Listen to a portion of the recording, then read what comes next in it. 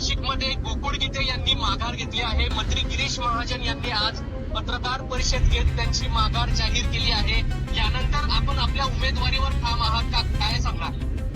आज सकाळपासून मी माझं प्रचार दौऱ्यावर फिरत आहे आणि कार्यकर्त्यांचा चांगला रिस्पॉन्स मला भेटलेला आहे। कार्यकर्त्यांची इच्छा आहे की मी माझी लढाई शेवटपर्यंत लढली पाहिजे आणि मी माझ्या वरिष्ठांची चर्चा करून नंतर बोलेन। निवडणुकीवर ठाम आहात का ताई? हो, मी माझ्या निवडणुकीवर शेवटपर्यंत ठाम राहणार। या प्रकारे गोकुळ गीते यांनी महायुतीला पाठिंबा जाहीर केला आहे आपला, आणि आपण पण या ठिकाणी आपला पाठिंबा या ठिकाणी महायुतीचे जे उमेदवार आहे नंदकिशोर महाजन यांना तुम्ही पाठिंबा जाहीर करणार का?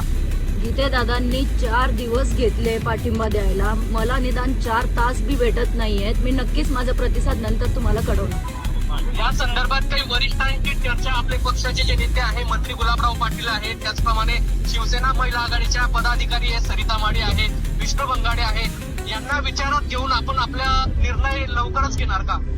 अजून काही ठरलेलं नाहीये, मी नक्कीच तुम्हाला पुढे कळवते। उमेदवारी कायम आहे आपली आता? हो, माझी कायम राहणार आहे।